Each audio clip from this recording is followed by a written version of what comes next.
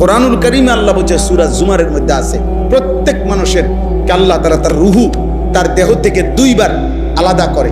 একবার চূড়ান্তভাবে মালাকুল মউত আজরাইল দিয়া, আর দ্বিতীয় খোদার কসম আল্লাহ বলছে প্রত্যেকবার বান্দা যখন ঘুমায় আল্লাহ তার রুহুটা তার দেহ থেকে আলাদা করে নেয়। আল্লাহ নিজে বলছেন, আমি চাইলেই আবার ফেরত দেই, আমি না চাইলে ফেরত দেই।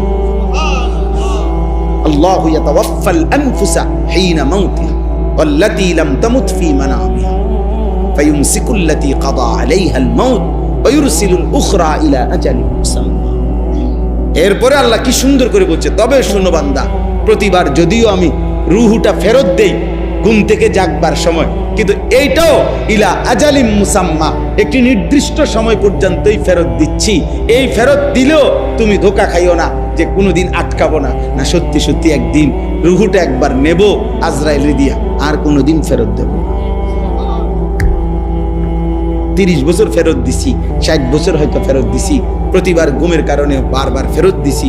এটা দেখে মনে করো না যে আমি প্রতিবার, না, একদিন এমন আসবে যেদিন আমি নেব রুহুটা, সেদিন আমার